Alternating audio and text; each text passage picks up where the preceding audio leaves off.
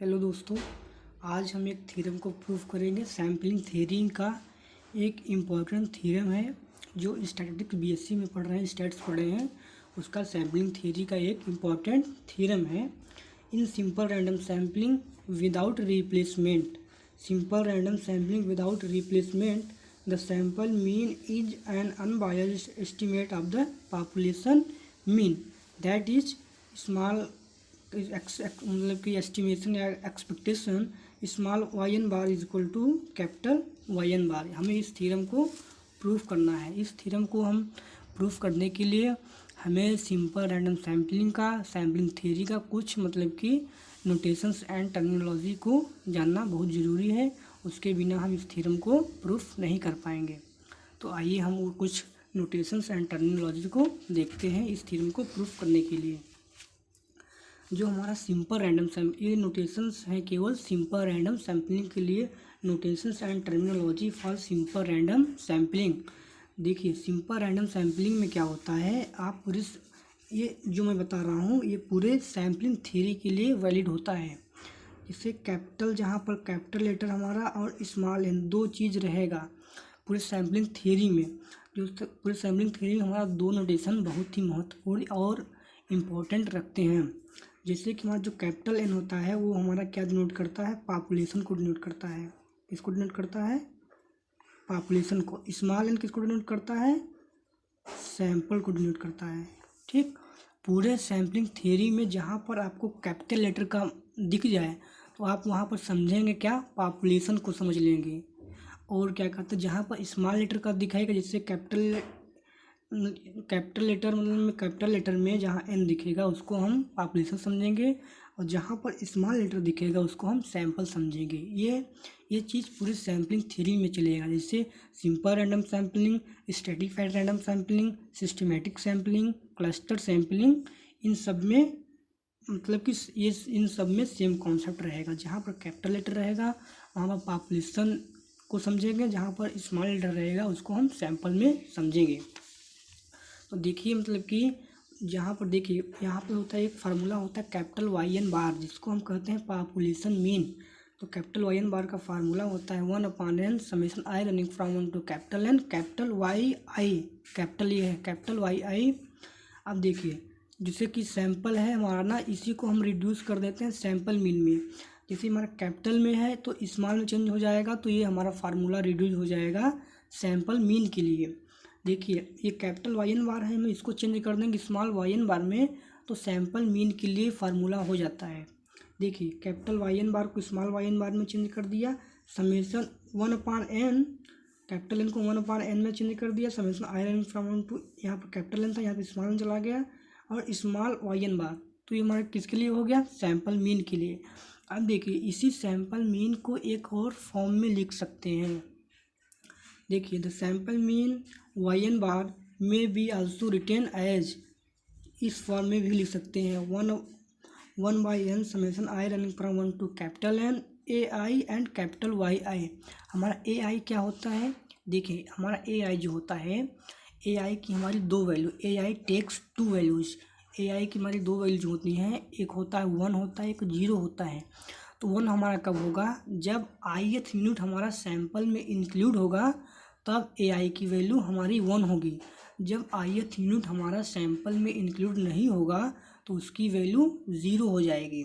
देखिए वही लिखा गया है, if ith unit is include in the sample, तो उसकी वैल्यू क्या होगी, 1 होगी। 0 कब होगी, if ith unit does not include in the sample या is not include in the sample. ये हमारा कुछ नोटेशंस थे। अब हम थ्योरम को प्रूफ करेंगे। थ्योरम काफ़ी आसान है। देखिए हम लेफ्ट हैंड साइड लेकर चलते हैं, LHS लेफ्ट हैंड साइड लेकर चलेंगे, मतलब कि इसको लेकर चलेंगे और इसको प्रूफ करके दिखाएंगे।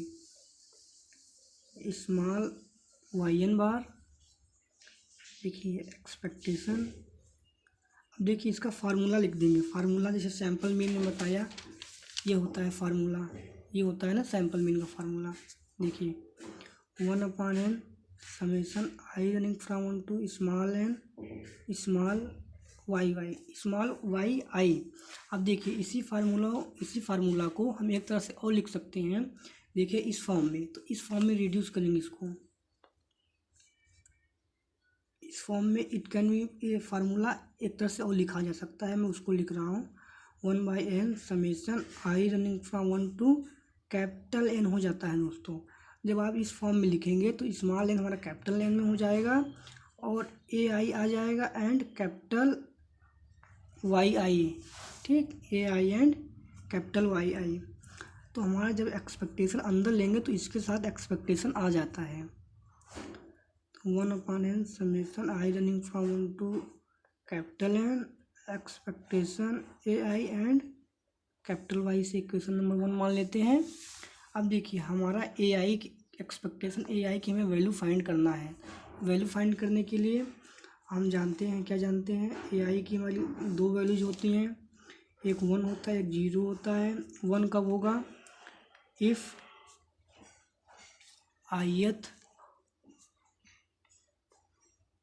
ith unit is include in the sample. If ith unit, जब हमारा ith यूनिट सैंपल में इंक्लूड होता है तब उसकी वैल्यू हमारा क्या होता है, 1 होता है। 0 कब होगा, if ith unit is not include, ठीक, जब ith unit is not include in the sample. ये तो मैं आपको बता दिया सिंपली। देखिए इसकी इस वैल्यू को फाइंड करने के लिए हम क्या करते हैं, जो हमारा ए आई होता है उसको हम क्या करते हैं, इसकी वैल्यू फाइंड करते हैं। इसकी वैल्यू फाइंड करने के लिए हमारा देखिए एक तरह से इसका फार्मूला कर सकते हैं। ए आई की दो वैल्यूज होंगी, दिख रहा है ना, नहीं दिख रहा, ए आई की वैल्यूज हमारी दो वैल्यूज होती हैं, तो उसको हम किस फॉर्म में लिख सकते हैं, 1 into P of A i की वैल्यू जब 1 है, ठीक, ए आई की वैल्यू जब 1 है। 0 कब होगा, प्रोबेबिलिटी ऑफ ए आई की वैल्यू जब 0 है, ठीक। हम क्या कर रहे हैं कि वो इसकी हम वैल्यू फाइंड करेंगे, इस वैल्यू को फाइंड करके यहाँ पर रख देंगे, फाइनल हमारा रिजल्ट मिल जाएगा।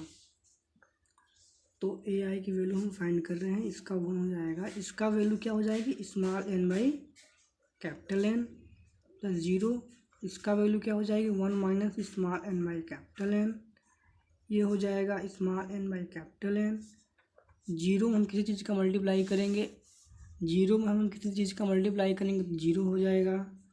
तो एक्सपेक्टेशन ए आई की वैल्यू क्या हो जाएगी, small n by capital N हो जाएगा। इसे इक्वेशन नंबर 2 देते हैं।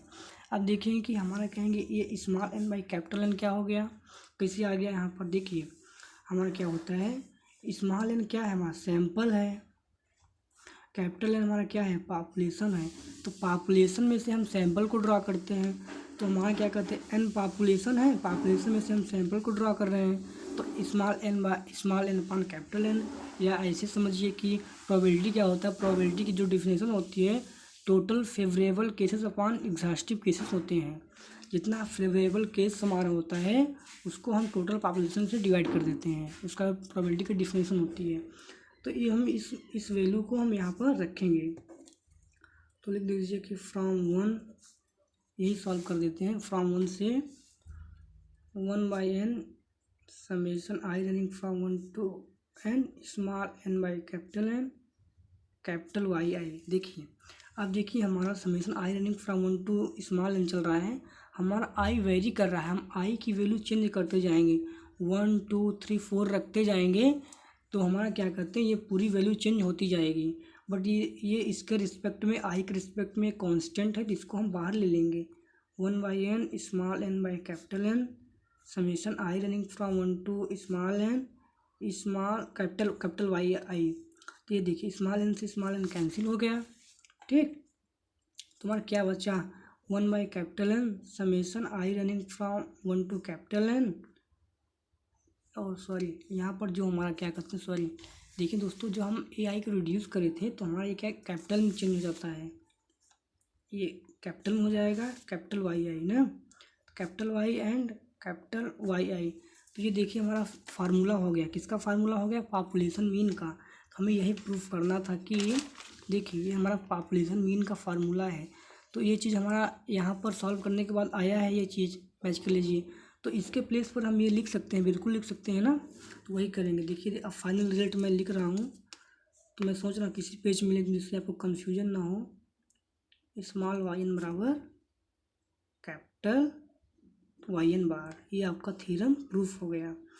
तो देखिए इससे कि आप यहाँ पर लिख दीजिएगा सिंस, ऐसे करके लिख दीजिएगा since capital Y N bar बराबर 1 by capital n summation i running from 1 to capital N capital Y i. आप जिसे यहाँ पे प्रूफ किए, जैसे कि आप यहाँ पर ये चीज़ प्रूफ किए, उसके बगल में ये लिख दीजिएगा इस द फाइनल प्रूफ। ये आपका फाइनल प्रूफ हो गया थ्योरम नंबर फर्स्ट का। अगर आप इसे 1 मिनट में सॉल्व करना चाहें तो 1 मिनट में भी सॉल्व कर सकते हैं।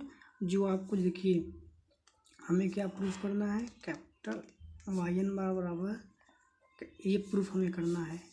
तो हम लेफ्ट हैंड साइड लेकर चलते हैं, क्या लेकर चलते हैं, 1 by small n summation i running from 1 to small n and small y i.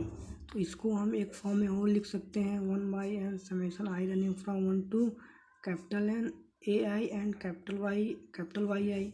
Expectation अंदर चला जाता है, summation i running from 1 to capital N expectation a i and y i. आप यहाँ पर लिख दीजिएगा सिंस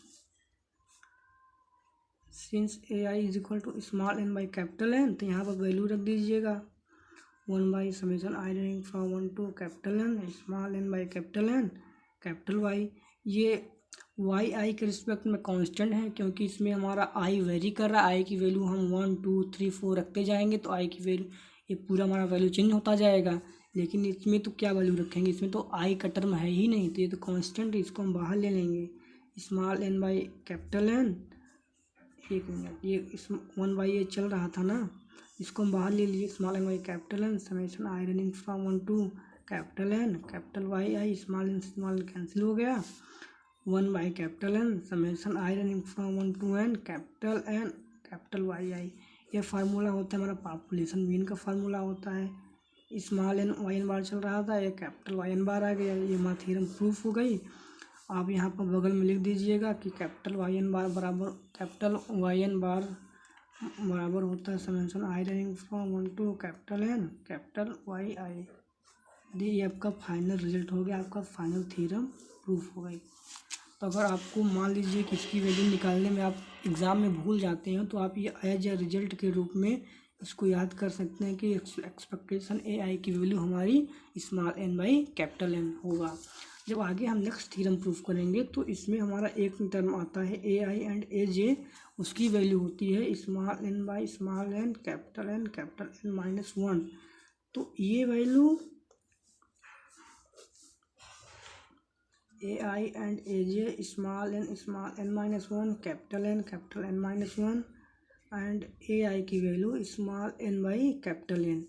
ये दोनों वैल्यू आप एज ए रिजल्ट के रूप में अभी याद कर लीजिए। इसे थ्योरम नंबर सेकंड में हम इसको प्रूफ करेंगे। लेकिन देखिए जैसे कि ये वाला टर्म है, अगर आप इसको प्रूफ करने लिखे, जैसे कि ये वाला टर्म होता है, इसे यहाँ पर था, ये चीज़ इसको प्रूफ करिए तो काफ़ी आसान था। तो छोटा सा मतलब कि था, 1 मिनट में हम प्रूफ कर लिए एग्ज़ाम, मतलब कि यहाँ पर प्रूफ कर लिए। जब हम इसको प्रूफ करेंगे तो लगभग ये 4 से 5 मिनट का टाइम टेकन लेता है, क्या करते हैं, और काफ़ी मतलब आधे पेज में भी आता है इसमें। तो आप इसको एज ए रिजल्ट के रूप में रखेंगे, याद करेंगे तो आपकी थ्योरम्स काफ़ी आसान हो जाएगी। अब इसके बाद जो आगे थ्योरम्स हैं वो काफ़ी लंबी थ्योरम्स हैं। तो इसके बाद अगर आप इसको एज ए रिजल्ट के रूप में याद करेंगे तो काफ़ी आपका थ्योरम शॉर्ट हो जाएगा। और जो प्रोफेसर सर लोग होते हैं वो जानते हैं कि बंदा ये मतलब कि ये जानता है, ये चीज़ होता है। Maximum teacher as a result के रूप में भी इसको उपयोग करते हैं, बट जो बेहतरीन टीचर होते हैं वो उसको प्रूफ करके दिखा देते हैं। तो मैं सोचूंगा कि मैं इसको एज ए रिजल्ट के रूप में याद करूँ, वो मतलब कि प्रूफ करूँ। अब मैं इसको प्रूफ भी करूँगा, लेकिन मैं जब एक बार प्रूफ करके मैं आपको इसे दिखाऊंगा, लेकिन जब मैं नेक्स्ट थ्योरम प्रूफ करूँगा तो इसको मैं एज ए रिजल्ट के रूप में उपयोग करूँगा, जिससे थ्योरम हमारी शॉर्ट हो सके और आप समझ सकें और एग्ज़ाम में इसे लिख पाएँ। Thank you.